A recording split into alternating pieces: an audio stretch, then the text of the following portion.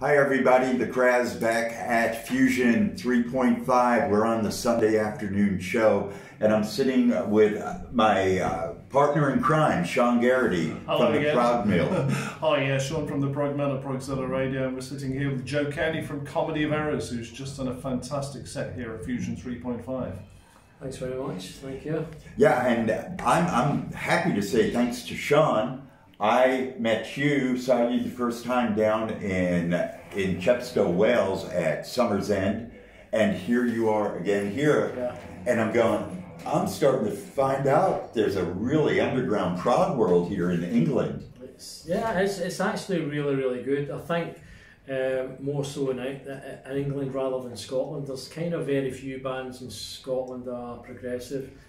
Possibly us, Able Gans, Long Earth Palace, and literally that's it. There's not really a great deal. Wow. So yeah, maybe 4 or 5. And of course you all get together, well, most years, COVID apart, at Prog before Christmas, don't you? We do. I'm actually going to be playing this year. I think it's either the end of November or the start of December. I don't know the exact date. I'm going to speak to Hugh on Friday, and Grand Tour will be playing the first gig. First gig will be Prog before Christmas. We were meant to play it twice before.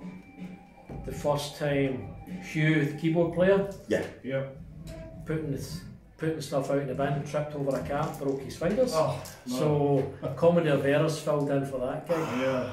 Then the following year, which was just literally before COVID started, Bruce the drummer was in Sweden with his work, and he was laid out. He just couldn't move. His bosses had to literally carry him onto a plane. He was in a dark.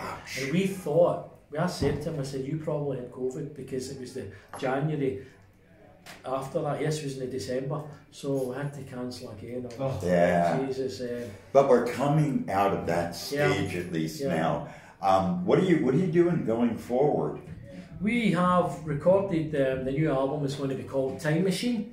And it should have been coming out maybe May, but as I said on stage, the guy that does all the album artwork, Steve, we've been trying to get a contact with him the past couple of weeks, sending him emails, phoning him, and on Thursday I went up to his house and I posted a little note through his door with my phone number, because his phone numbers were dead, and you kind of fear a wee bit there's something wrong here. And yesterday morning his cousin was clearing the house and he phoned me and said, look, Steve passed away. So wow. And that project's ended right there. Basically that's it. He had all the artwork on his computer. Right. We have no way of accessing it. We have some of the stuff, so it'll maybe put us back maybe a month or so. Hugh from Grand Tour has offered to do the artwork if we can get it. Try to rebuild it. Yeah, rebuild it. And of course, it's a very important part of the whole package, isn't it? To get the artwork right. It's really hard. I mean, you can get templates, etc. Hugh does the artwork for the Grand. Well, he doesn't. Sorry, it's a guy. God, I can't remember his name. He does the artwork for Grand Tour albums, but Hugh puts them together. The book with all the templates. But when you're going to do vinyl, the vinyl's totally different. So you end up with the vinyl album, the templates are different, the sizes, everything's different. So it takes a little bit of time to actually do it. So if Jim comes in and says, can you change the size of the word Comedy of Errors like on a cover? Yeah. It's not just a case of getting in and clicking on it and making it bigger, because everything in the background all changes. So he said it's a couple of days' work just to change that. So he said there's a lot of work involved in actually making the album covers and getting them on. It's a whole industry separate. Yeah. It's probably less of an issue nowadays in the digital age, but how many of us have bought albums in the past when you've been leafing through albums in a record store and you bought it because you really liked the album cover? I did it. I take the cover and then I look at the instrumentation on the album, which is always important. Let's go backwards a minute. People who may not have seen Comedy of Errors, who is Comedy of Errors? What's it? Where did its existence come from? It started back maybe about 1983, Glasgow. We kind of toured about the UK. I think we done one year we done about 130 gigs, which was absolutely mad. It was Thursday, Friday, Saturday. We toured down in England, and then we got invited over to the Paradiso in Amsterdam, which was a phenomenal venue. There was no internet, there was no mobile phones, everything's done by word of mouth, fanzines. Okay. And we got invited, there was a fanzine called SimInfo, and we got invited across to play in Holland, which was massive for us. This was 1987. And there's actually, believe it or not, there's people in the crowd today who came and seen us the first time 1987 in Holland, and they've been fans. So isn't that's got to be a great feeling. It's fantastic because when we got back together again in 2009 and we'd done our first gig, then after we started doing gigs, because of the internet, Facebook, these people started contacting me. Joe, I was at this gig at the Paradiso, and now they're really good friends of mine, Ed and Shaun van Meerdonk. And Aston Faber, they come to lots of our gigs. They spend a lot of money coming across. They've obviously spent money coming across from Holland today. You've spent a lot of money coming from the USA. Sure. Everybody that comes to a gig spends money, unless you stay next to the... And that's what I'm saying, that makes it worth it for us, because it's an awful lot of money for people to come to a gig, spend their money, and they look to have a professional setup. Today, setup was fantastic, the sound was brilliant, the light guys were brilliant. Yeah. Everybody that's been has been so nice. And that's all because of the guy behind the camera, Steve. And that's exactly what you want. I mean, you come to some... I can't really say I've been to any festivals that have had the disaster.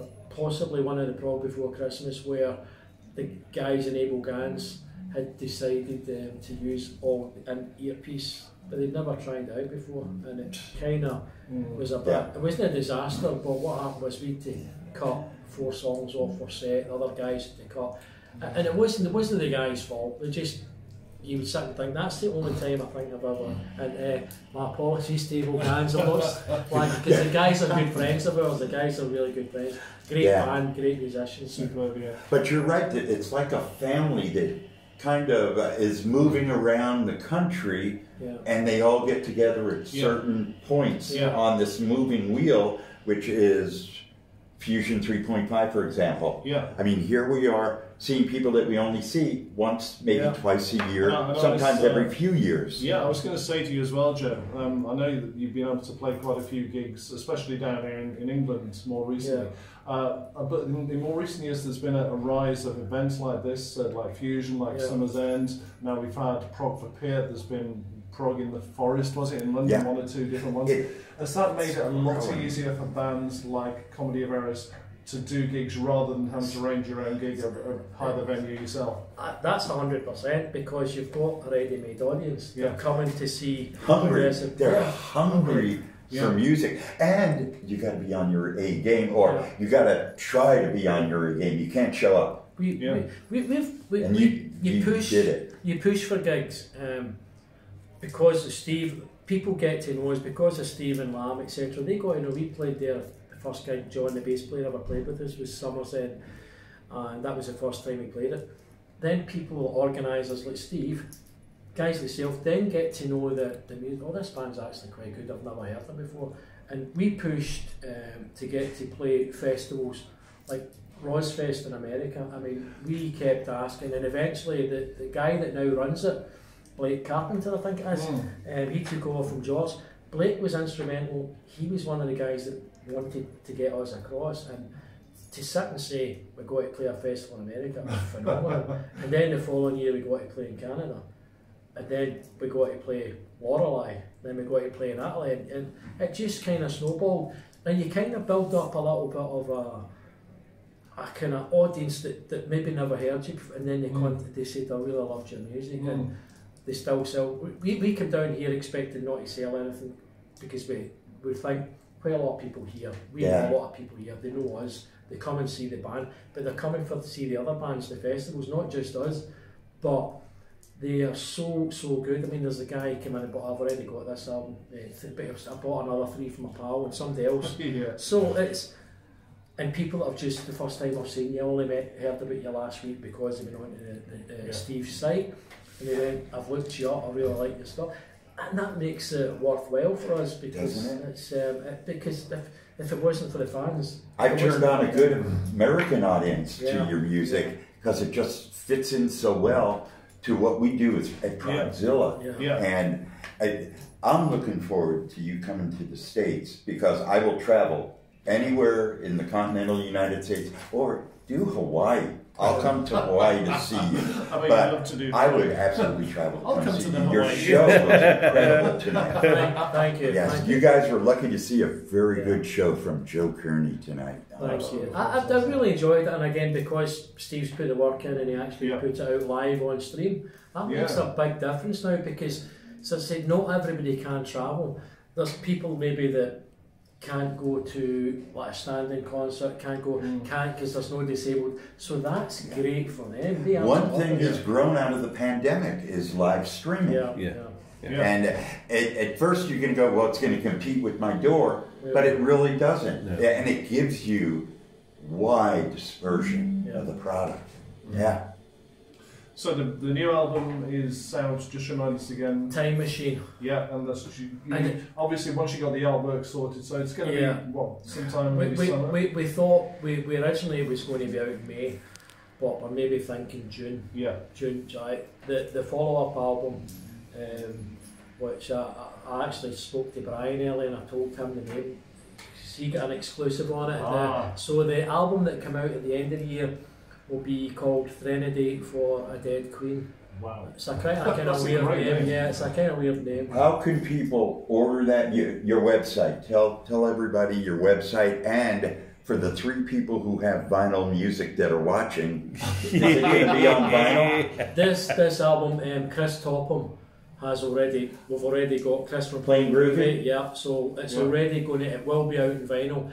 There was a 6-month wait, but Chris messaged me 2 weeks ago and said that he reckons he could get the vinyl out for June, but I still have to message him and tell him that Stevie's passed away and we don't have the artwork anymore. So he's waiting for the artwork. He's just waiting for the artwork. Once he's got the artwork, DMS would just print the CDs and they would print on the vinyl. Well, I got to make sure and get a copy because the last album, the Blue album, that was House of the Mind.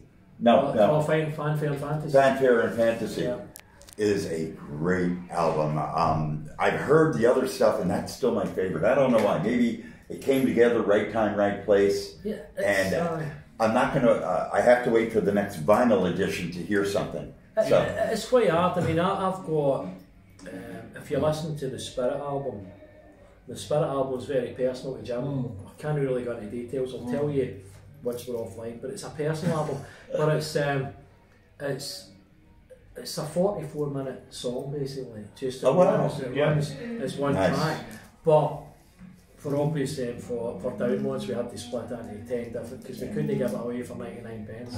It's one track. 44 minutes. Okay, so website. The website is www.comedyoferrors, that's all the one word, .co.uk.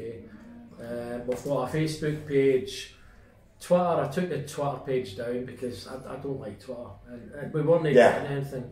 So everybody has a different preferred medium, and that you're right. Facebook, I do it via kind of just my own page, and that's how I promote the band, and that's how I get most of the people coming back to me who'll send me a message.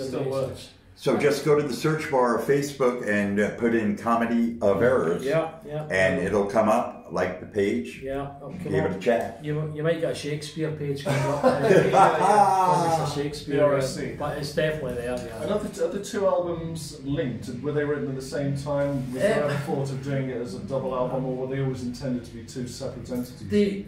The kind of weird thing is the first one, Time Machine's got a track on it. I can't remember the name, it's actually terrible. It's the Seventh Seal, right? It was just basically the film, there's an old film, Seventh Seal, where the devil plays chess with Antonius Block, the guy's name. So that album's kind of about like basically somebody playing thingy with the devil, and Time Machine, it's basically about if you could go back in time and get things that you've maybe lost. But there is a wee theme that runs through the Seventh Seal, and when you go to Trinity for a Dead Queen, the actual track, there's the wee theme is there. So it kind of ties together. Just because we've done it all, but we didn't want to release it as a double album. We said we'll just release it as 2 single albums, and we'll see how it goes. So a lot to look forward to in the coming months. Yeah. Very cool. That's fantastic. We've got to wrap it up. Joe, I want to thank you so much for coming by. Put on a great show tonight. I'm sure you guys at home agree with me. And I look forward to seeing you next time around. I look forward to you in the States.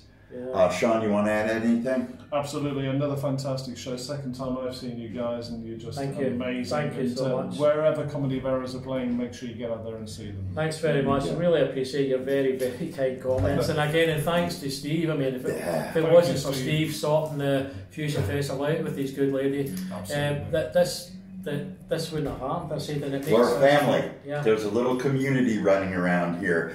We're going to go back to Fusion 3.5, and maybe we'll see you later on the Krazz along with Shaun Geraghty. Thank you. And we'll see you then. Take care.